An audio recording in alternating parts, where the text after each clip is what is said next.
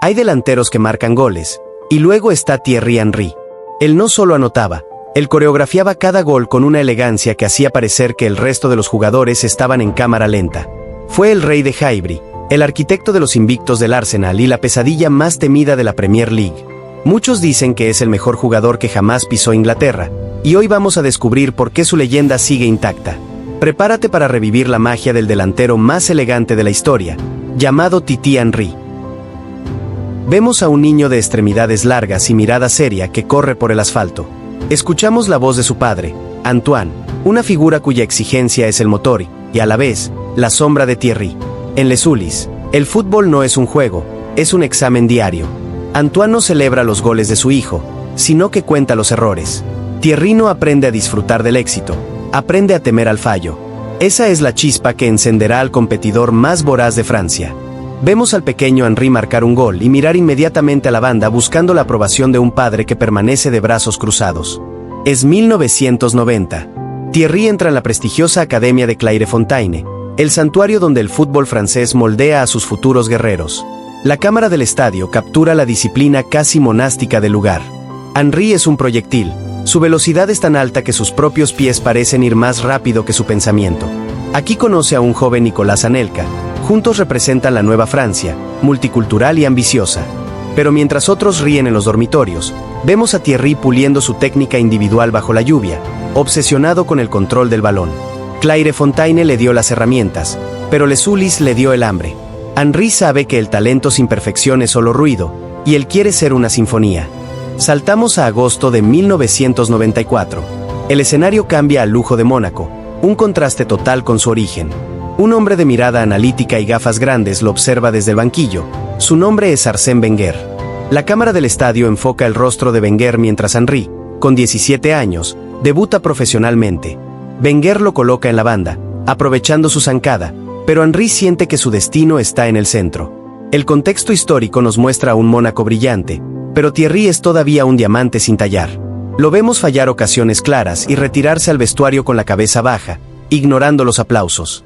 La atmósfera es de un aprendizaje acelerado en un entorno de alta alcurnia que Henry aún intenta descifrar.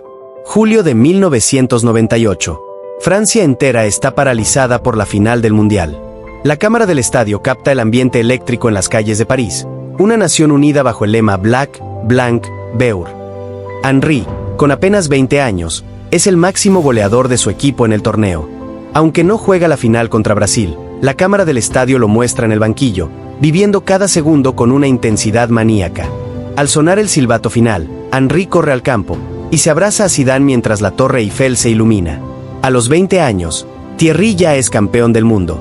Tiene la gloria en sus manos, pero su rostro, en medio de la celebración, muestra algo extraño, no parece satisfecho. Para Henry, ganar el mundo es solo el prólogo de una historia que él mismo debe escribir. Enero de 1999. Thierry llega a la Juventus de Turín, el club más duro del mundo. Lo vemos bajo la nieve del Piamonte, perdido en un sistema táctico rígido que lo obliga a defender en la banda izquierda, y Carlo Ancelotti no sabe qué hacer con él. Vemos a Henry sentado en el banquillo del estadio degli Alpi, con los ojos vidriosos, sintiendo que su carrera se estanca. El glamour de la serie se siente como una prisión, y la atmósfera es de crisis total. Vemos a Henry en un aeropuerto, solo, con una maleta y una llamada telefónica pendiente. El campeón del mundo es ahora un descarte en Italia. Su confianza está rota, y su juego se ha apagado. Pero al otro lado de la línea, en Londres, una voz conocida le ofrece un salvavidas que cambiará la historia del fútbol inglés para siempre. Es agosto de 1999. Vemos a Thierry mientras camina por los pasillos de Highbury, un estadio que parece una joya de Art Deco incrustada en un barrio residencial. La atmósfera es de escepticismo. La prensa inglesa cuestiona el precio de su fichaje, 11 millones de libras por un extremo que no marcó goles en Italia. Vemos a Thierry en su primer entrenamiento, y Arsène Wenger lo llama aparte. La cámara del estadio capta el momento en que Wenger le dice: "No eres un extremo, Thierry. Eres un delantero centro". Henry sacude la cabeza, lleno de dudas y le dice: "Pero no sé marcar goles, Arsène".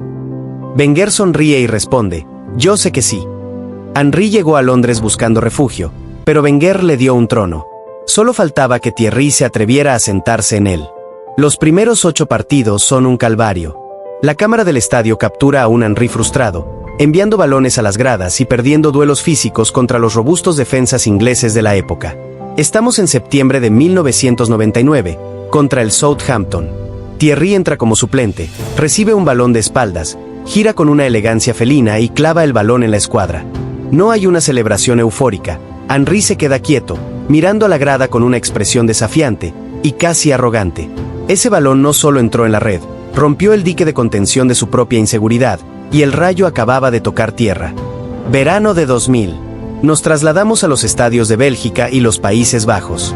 Francia, la campeona del mundo, busca el doblete. Vemos a un Henry transformado, es más fuerte, más rápido y más letal.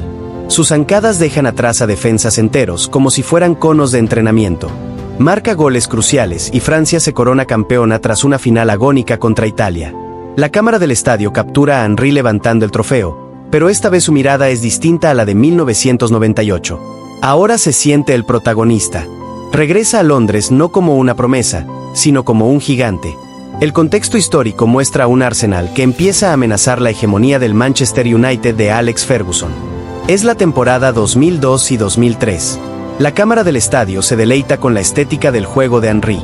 Ya no solo marca goles, sino que los crea. Sus pases y mirar, sus regates en una baldosa y su forma de conducir el balón con el interior del pie se convierten en poesía visual. Vemos el famoso gol contra el Tottenham. Arranca desde su propio campo, deja a 3 rivales en el camino y define con una calma glacial. Se convierte en el primer jugador en la historia de la Premier en marcar 20 goles y dar 20 asistencias en una sola temporada. Henry no jugaba al fútbol, lo coreografiaba, y era un atleta de élite con el alma de un artista callejero de París. Había logrado lo imposible, que el pragmático fútbol inglés se rindiera ante la estética francesa. Mayo de 2003. Tras perder la liga ante el United, Wenger hace una declaración que hace reír a los periodistas, y dice: podemos ganar la liga sin perder un solo partido. Vemos el rostro de Henry en el vestuario. Él no se ríe, su mirada es de una ambición oscura y profunda. Comienza la temporada 2003 y 2004. Nos situamos en el último partido contra el Leicester City. El Arsenal ya es campeón, pero la gloria eterna y la imbatibilidad está a 90 minutos. Henry marca el empate de penalti con una frialdad aterradora. Al terminar el partido, la cámara del estadio recorre los rostros de los jugadores. Han hecho historia, con 49 partidos invictos. Estamos en diciembre de 2003, y posteriormente, 2004. Vemos a Thierry sentado en la primera fila de las galas del Balón de Oro y el FIFA World Player. A pesar de su dominio absoluto en la Premier League, el trofeo individual máximo se le escapa de las manos frente a figuras como Zidane o Ronaldinho. Vemos a Henry regresar a Londres en un jet privado. Su rostro no muestra tristeza, sino una chispa de resentimiento positivo. La cámara del estadio lo sigue a un entrenamiento a las 7 de la mañana, solo, y golpeando el balón contra una red vacía bajo la niebla londinense. Para el mundo, Thierry era el mejor, pero para los jurados, le faltaba algo. Esa injusticia percibida se convirtió en el combustible de su era más letal. Henry no quería que votaran por él, sino quería que le temieran. Es mayo de 2006. Es un día cargado de una nostalgia eléctrica. El Arsenal se muda a un estadio más grande, más moderno, pero menos sagrado. En el último partido contra el Wigan, Henry marca 3 goles para asegurar la clasificación a la Champions. Al marcar su tercer gol, ocurre una imagen icónica. Thierry se arrodilla y besa el césped. La cámara del estadio captura la humedad en sus ojos y el barro en sus labios. Ese beso no era para la hierba, era para una vida entera. Al cerrarse esas puertas, una parte de su alma de futbolista se quedó encerrada en los túneles de mármol del viejo estadio. Estamos en febrero de 2006. Son los octavos de final de la Champions League. El Arsenal, plagado de jóvenes, llega como víctima al templo del Real Madrid de los Galácticos. La cámara del estadio enfoca a Henry en el túnel, mirando fijamente a Ronaldo, Zidane y Beckham. En el minuto 47, ocurre lo imposible.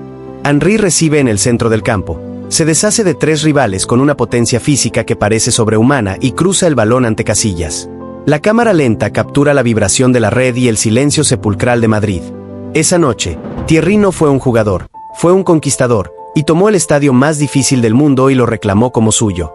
Fue el grito de un capitán que cargaba con todo el peso de un club sobre sus hombros. Es mayo de 2006. La gran final de la Champions en el Stade de France, en su casa, en París. El destino parece escrito para él, pero la lluvia torrencial y la expulsión temprana del portero alemán cambian el guión. La cámara del estadio enfoca a Henry exhausto, luchando solo contra la defensa del Barcelona, y fallando una ocasión clara que normalmente marcaría dormido. El Arsenal pierde 2-1 en los últimos minutos, y vemos a Henry bajo la lluvia, mirando como Carles Puyol levanta el trofeo que él tanto anhelaba. París, la ciudad que lo vio nacer, le dio la espalda en su noche más importante. Henry se dio cuenta de que el romanticismo de Wenger tenía un techo, y él ya estaba golpeando su cabeza contra él. Estamos en junio de 2007. Los rumores de su salida son ensordecedores. Vemos a Henry en su casa de Londres, mirando sus trofeos. Ha superado a Ian Wright como máximo goleador histórico del club, pero el vestuario se siente vacío tras la marcha de sus viejos amigos. El contexto histórico nos muestra a un Barcelona que está construyendo un proyecto faraónico con un joven Lionel Messi. El rey de Londres ha decidido abdicar, no por falta de amor, sino por exceso de ambición. Deja atrás su trono para convertirse en un soldado en busca de la única pieza que le falta para ser completo. Es julio de 2007. 30.000 personas rugen en las gradas, pero no es Igbury. La cámara del estadio enfoca a Thierry, vestido con la camiseta del Barça, y luciendo el número 14. Se le ve algo incómodo, casi tímido, y por primera vez en 8 años, no es el centro de gravedad de un equipo. La atmósfera en el vestuario es compleja, es el final de la era de Frank Rijkaard, y Henry comparte espacio con Ronaldinho, Eto'o y un Messi que empieza a devorar el mundo. Vemos a Thierry jugando pegado a la banda izquierda, lejos del área, y sacrificando su brillo personal. Henry llegó a España con los galones de general, pero se encontró con que debía volver a ser recluta. El hombre que en Londres decidía el destino de los partidos, ahora debía esperar a que el balón le llegara tras 10 pases previos. Fue la lección de humildad más dura de su vida. Verano de 2008. Un joven Pep Guardiola toma las riendas. Guardiola mueve fichas en una pizarra magnética y señala la banda izquierda. Si te quedas ahí y respetas el espacio, ganaremos todo, le dice a Henry. Vemos a un Henry de 31 años sometiéndose a una disciplina táctica feroz. Ya no se trata de su instinto, sino de la estructura. La cámara del estadio nos muestra sus entrenamientos bajo el sol de la ciudad deportiva, repetición tras repetición. Pep no quería al Henry que driblaba a 5, quería al Henry que estiraba el campo. Thierry tuvo que matar a su yo de Londres para que naciera el campeón de Europa. Es mayo de 2009. Vivimos el histórico 6-2 en el Santiago Bernabéu. Henry marca 2 goles, uno de ellos con su clásica rosca al palo largo, y celebrándolo con una rabia contenida frente a la grada blanca. Nos encontramos en Roma, en la final de la Champions contra el Manchester United. Thierry juega lesionado, con la rodilla hinchada, pero corre como si su vida dependiera de ello. Al sonar el silbato final, la cámara del estadio lo busca a él. Messi y Eto'o celebran, pero Henry se queda parado, mirando al cielo. En Roma, el fantasma de París finalmente se desvaneció. Henry completó el álbum, había ganado la Liga, la Copa y la Champions en un solo año. El sacrificio de su ego había valido la pena, ya no era solo una leyenda inglesa, era un mito universal. Es noviembre de 2009. Estamos en el estadio de Saint-Denis, y en la repesca para el Mundial contra Irlanda. La cámara se ralentiza en un momento infame, un balón vuela al área, Henry lo controla con la mano antes de asistir a Galas para el gol de la clasificación. El estadio estalla, pero la atmósfera se vuelve tóxica al instante. Vemos los rostros de los jugadores irlandeses, la cara de culpabilidad de Henry y la tormenta mediática mundial que lo tacha de tramposo. La prensa británica, que antes lo amaba, ahora lo crucifica. En un segundo, la elegancia de Henry fue manchada por un acto instintivo de supervivencia. El héroe nacional se convirtió en villano global, cargando con una cruz que le pesaría hasta el final de sus días en la selección. Junio de 2010. Estamos en el desastre del Mundial de Sudáfrica. La selección francesa se amotina en el autobús de Nisna. Vemos a un Henry veterano, marginado por el seleccionador, y mirando la escena desde el fondo del bus con una tristeza infinita. Poco después, firma con los New York Red Bulls, y vemos a Thierry aterrizando en la Gran Manzana, mirando los rascacielos. La atmósfera es de una libertad recobrada, y Nueva York era el lugar para olvidar el dolor y volver a amar el juego por lo que es. Pero el corazón de Thierry siempre tuvo una brújula que apuntaba hacia el norte de Londres. Es enero de 2012. El Arsenal atraviesa una crisis de identidad y resultados. Vemos a Henry mientras se despoja de la chaqueta de entrenamiento en la banda del Emirates Stadium durante un partido de FA Cup contra el Leeds United. El estadio entero se pone en pie, no es un aplauso, es un rugido de esperanza. En el minuto 78, recibe un pase filtrado de Alex Son. La cámara se ralentiza, Es el control con la zurda, la pausa exacta y el golpeo con el interior del pie derecho al palo largo. Es el mismo gol que marcó 100 veces en Igbury, y fue como si la realidad se hubiera doblado sobre sí misma. Henry no volvió para jugar un partido, volvió para recordarle a una generación entera quiénes eran. El grito de gol de Thierry esa noche no fue fútbol, fue pura literatura cinematográfica. Estamos en diciembre de 2011. La atmósfera es solemne y gélida a las afueras del Emirates Stadium. Thierry está allí, rodeado de su familia y de un Arsène Wenger que lo mira como a un hijo que ha superado al maestro. La tela cae y revela una estatua de bronce de Henry celebrando de rodillas. Es raro ver a un hombre llorar ante su propia imagen, pero Henry no veía metal, veía el asfalto de Les Ulis, la soledad de Turín y las noches de insomnio en Nueva York. En ese momento, el trotamundos finalmente se dio cuenta de que, sin importar a dónde fuera, siempre estaría anclado a este rincón de Londres. Regresamos a la Major League Soccer en 2014. La cámara del estadio nos muestra a un Henry veterano, convertido en el mentor absoluto de los New York Red Bulls. Sus movimientos son más económicos, pero su visión es telepática. Lo vemos recriminando a un compañero joven por un pase mal dado, con esa exigencia paterna que heredó de Antoine. En su último partido profesional, la cámara del estadio captura el momento en que se desata las botas por última vez en un vestuario silencioso. No hay cámaras de televisión, solo el sudor y el peso de 20 años de carrera. Se fue sin hacer ruido, en una liga que apenas empezaba a entender su grandeza. Henry cerró el libro no porque ya no pudiera correr, sino porque ya no tenía más preguntas que hacerle al balón. Vemos a Thierry en la banda como asistente de Bélgica en el Mundial de 2018, y luego el duro golpe de su etapa como primer entrenador en el Mónaco y Montreal. El rostro de Henry refleja una frustración nueva, la de no poder entrar al campo a solucionar lo que sus jugadores no ven. Vemos a Thierry gesticulando con desesperación, y tratando de explicar conceptos que para él eran naturales pero que para otros son jeroglíficos. El genio tiene una maldición, no sabe explicar cómo hace lo que hace. Henry tuvo que aprender que en el banquillo no eres el rayo, sino el trueno que intenta guiarlo. Fue un proceso de despojo, de aprender que la perfección es un ideal que el entrenador solo puede sugerir y nunca ejecutar. Estamos en un estudio de televisión moderno, lleno de pantallas y luces LED.